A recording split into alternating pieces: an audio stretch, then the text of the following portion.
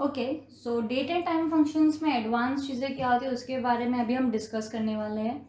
अब जैसे कि हमारे पास दी गई है स्टार्ट डेट और एंड डेट दी गई है, तो टोटल जो ड्यूरेशन ऑफ टाइम यहाँ पे जो निकला वो कैसे फाइंड आउट करना है। तो यहाँ पे मैं एक फॉर्मूला अप्लाई कर रही हूँ जिसका नाम है डेज 360।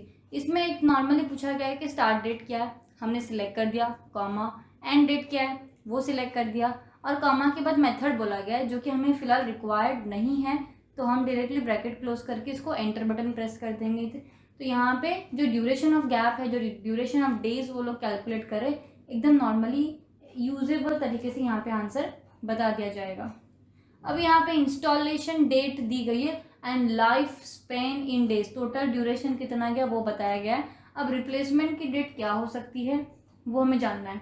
अब इंस्टॉलेशन डेट जब हमारे पास है और जब हमें पहले ही पता है कि ये 25 दिनों तक चलने वाला है, तो उसकी रिप्लेसमेंट डेट क्या होगी उसके बारे में जानने के लिए हम प्रेस करते हैं is equals to days and date, installation date and date जो हमारे पास दी गई है ऑलरेडी। तो मैंने यहाँ पे स्टार्ट डेट के हिसाब से यहाँ पे एक डेट डाल दी है, कॉमा उसके अंदर हम सिलेक्ट कर रहे हैं डे, सीरियल नंबर है राइट, तो मैंने यहाँ पे bracket close and again the bracket close, enter. तो एग्जैक्ट मुझे वैल्यू यहाँ पे पता चल जा रही है। Check in time, check out time, time elapsed, कितना टाइम ड्यूरेशन इसमें जा रहा है, इज इक्वल्स टू जो एक्चुअल वैल्यू है इसके अंदर, लाइक मान के चलते हम इसके अंदर की जो एक्चुअल वैल्यू है दिस, मैंने इसको माइनस करके सिलेक्ट कर दिया है ये वाला सेक्शन, और मैं करती हूँ एंटर। तो एक्चुअल जो टाइम इलेप्स्ड हो रहा है AM एंड PM के हिसाब से, तो यहाँ पे टोटल इतने आवर्स एंड इतने मिनट्स के हिसाब से जो ड्यूरेशन है वो यहाँ पे कैलकुलेट हो रहा है काफ़ी इजी तरीके से। अगर मैं बात करूँ दूसरे सेक्शंस की, लाइक मेरे पास और भी बहुत सारे कंडीशंस है जो बनाए हैं हमने, due date and days from a due date. यहाँ पे एक नॉर्मल डेटाबेस दिया हुआ है जो आप आपके प्रैक्टिकल्स के लिए यूज़ कर सकते हो, लेकिन मैं आपको इसमें सिर्फ ये बताना चाहती हूँ कि current date and current time अगर मुझे इनपुट करना है, ओके, तो मैं कैसे करूँगी। यहाँ पे करंट डेट चाहिए तो मैं सिर्फ is equals to date formula को यूज़ करके इसमें ईयर, मंथ, एंड सारी चीज़ों को इंक्लूड कर सकती हूँ। लेकिन अगर मुझे शॉर्टकट की यूज़ करनी है तो मैं क्या प्रेस कर रही हूँ, तो मैं आपको यहाँ पे पहले वो शॉर्टकट कीज़ यहाँ पे बताने वाली हूँ। ये करंट डेट के लिए था, फॉर द करंट डेट मैंने क्या प्रेस किया है, कंट्रोल प्लस, डायरेक्टली आपको ये प्रेस कर देना है। आपको करंट टाइम चाहिए तो ये करंट टाइम आ गया, सॉरी CTRL प्लस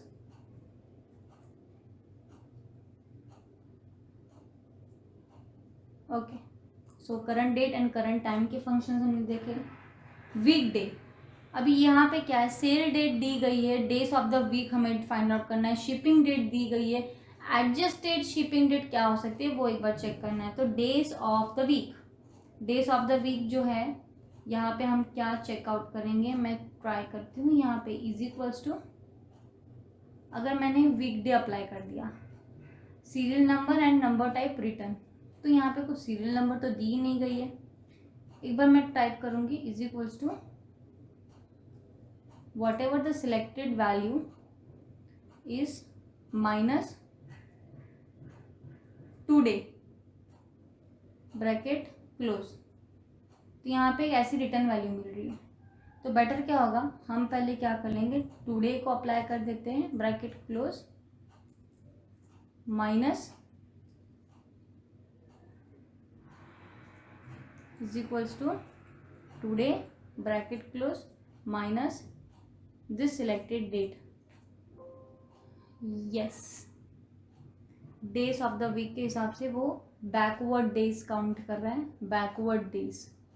यदि अगर मैंने ये अप्लाई कर दिया is equals to this applied by minus today, open and close, या फिर आप यहाँ पर भी is equals to today, bracket open, minus the selected date, bracket close.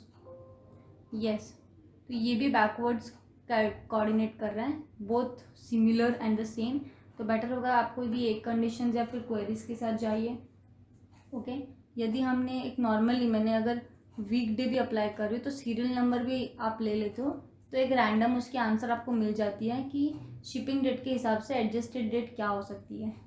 आप is equals to weekday apply करने पे, तो आपको यहाँ पे 2 कंडीशन जानने मिल रहा है। इसको किस तरीके से जानना है कि सेल डेट अगर दी गई है तो according to the current date and time days of the week क्या हो सकता है। Okay, network days, start date, and date और बीच में जो पर्टिकुलर हॉलीडेज उन्होंने लिए, तो टोटल वर्किंग डेज कैलकुलेट करना है हमें। तो काफ़ी सिंपल है। नेटवर्क डेज आपको स्टार्ट डेट बता देनी है, कॉमा आपको एंड डेट बता देनी है, कॉमा हॉलीडेज ली गई है तो वो भी बता दीजिए, ब्रैकेट क्लोज, एंटर। तो टोटल वर्किंग डेज आपके जो थे उसके बारे में यहाँ पे डिस्कशन हो रहा है। Work day, according to the network days work day भी सिमिलर फंक्शन काम करता है। आपको सिर्फ पहले स्टार्ट डेट बतानी है, कॉमा फिर प्रोजेक्ट लेंथ, प्रोजेक्ट कितने दिनों तक चला है आपका, कॉमा और फिर आपने बीच में हॉलीडेज कब ले ली। अब यहाँ पे आपने प्रोजेक्ट की लेंथ बता दी है तो वो खुद ही अंडरस्टैंड कर रहा है कि आपकी प्रोजेक्ट की एंड डेट क्या थी। According to the start date project length के हिसाब से वो एंड डेट एक्सेल खुद कैप्चर करेगा and then I put it enter. तो टोटल डेट एंड टाइम जो होता है ना वो हमें फाइंड आउट करना है। तो यहाँ पे हमने वर्क डे वाला फॉर्मूला यूज़ किया है। Dated if, start date and end date के हिसाब से ये काम करता है। डेटेड इफ, यहाँ पे हमें ध्यान देना है कि सर्विस ईयर्स हमें निकालना है स्टार्ट डेट और एंड डेट के हिसाब से। तो मैंने फॉर्मूला को इंट्रोड्यूस कर दिया। हमें स्टार्ट डेट बता देनी है, कॉमा हमें एंड डेट बता देनी है। यदि कोई हॉलीडेज हो सकता है, कोई टाइम ऑफ स्पेन हो सकता है या फिर कोई भी कंडीशन है तो आप यहाँ पे इंक्लूड कर सकते हो, लेकिन यहाँ पे मेरे पास 2 ही था तो मैंने यही पॉइंट आउट लिख दिया यहाँ पे। पॉइंट के बाद हम अगर हमें वैल्यूज़ को डिक्रीज़ करना है तो यहाँ पे नंबर सेक्शन से आप कर सकते हो। पॉइंट के बाद आपको जो वैल्यूज़ चाहिए वही रखिए, ज़्यादा हमें रखने की ज़रूरत नहीं है। इसको आप ड्रैग ऑन भी कर सकते हैं। मैं यहाँ पे वैल्यू जो है ना उसको कम कर देती हूँ ताकि वो बहुत सारी वैल्यूज़ को इंक्लूड कर देगा। देखिए ये बहुत इजी तरीके से हो गया। ओके, डेट ई मंथ, एम्प्लॉय आईडी दी गई है, हमारे पास स्टार्ट डेट है और period in months how many approximately जो भी काम हुआ रहेगा। तो मैंने फॉर्मूला एक इंट्रोड्यूस कर दिया ई डेट। हमने स्टार्ट डेट बता देना है, कॉमा मंथ जो था उसके बारे में हमने डिस्कस कर दिया। तो हमारे पास यहाँ पे एंड डेट मिलती है, लाइक प्रोजेक्ट का मंथली वाइज कैलकुलेशन हमें पता चलता है। और यदि मैंने EO मंथ अप्लाई कर दिया, इसमें भी मैंने सेम चीज़ कर रही हूँ, स्टार्ट डेट कर दिया, कॉमा कर दिया और मैं मंथ्स के बारे में कैलकुलेट करने वाली हूँ और इसको एंटर। तो ये क्या कर रहा है, परमानेंट स्टेटस स्टार्ट्स, मतलब एक्चुअल में आपका कंटेंट कब से स्टार्ट हो रहा है या फिर कब आप उसको मेन लीड प्रोवाइड कर रहे हैं, क्योंकि ये मोस्टली क्या करता है 30, 31 जो भी है ना एंडिंग डेट ज़्यादा बताएगा कि प्रोजेक्ट वाइंड अप की जो मंथली एंडिंग डेट्स होती है उसके हिसाब से कैलकुलेट करता है। वो एक्सेल के ओन पर्सनल कमांड्स होते हैं।